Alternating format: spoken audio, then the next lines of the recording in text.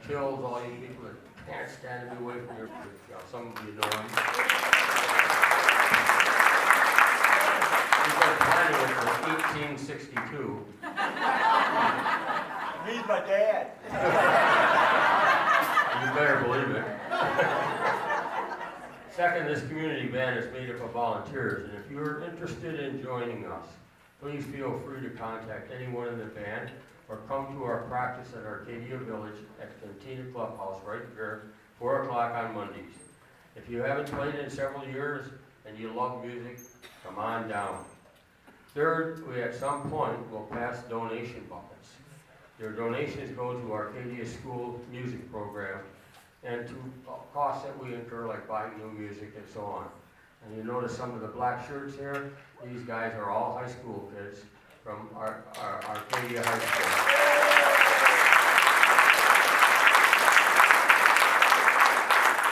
The band is now from 14 years of age to 91 years of age.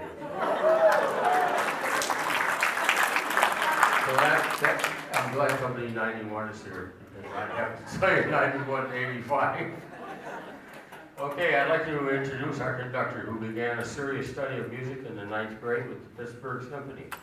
Concentrating on the flute and the piccolo, she studied music theory at Carnegie Mellon University and has a degree in music education and math from Edinburgh State. She toured with the American Youth Symphonic Band in the United Kingdom and Europe. She calls Andover, Ohio home, and while here in Florida lives at Cross Creek. Lori Conrad.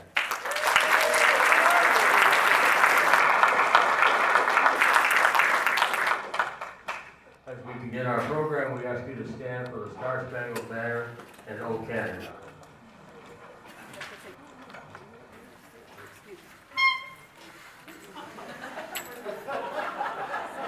Is that the microphone?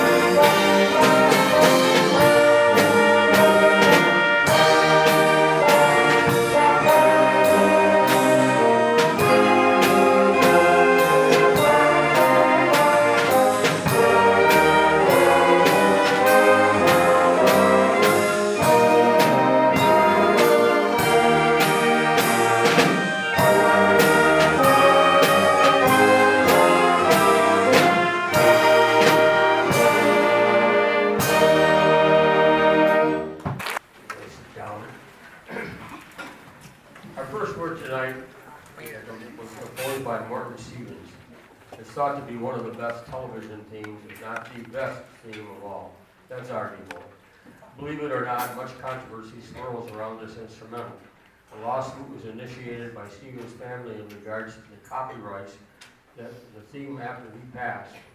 It was a question of who played the theme on TV. Was it the Ventures or the Wrecking Crew? Most Hollywood studios have a studio band, and it just happened that where they did this, the Wrecking Crew was the band. Truth or Fiction, the Ventures covered this theme. It reached number 4 in the top 100 Billboard on May 10th, 1969, and remained there for 14 weeks. It peaked at number 5 in Canada. It has been released with 2 sets of lyrics. You Can Come With Me by Don Ho, You Can Count on Me by Sammy Davis Jr.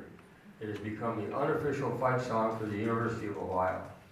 Let's listen to the fast-driving style of Morton's instrumental, arranged by Victor Lopez, the theme from Hawaii Five-0.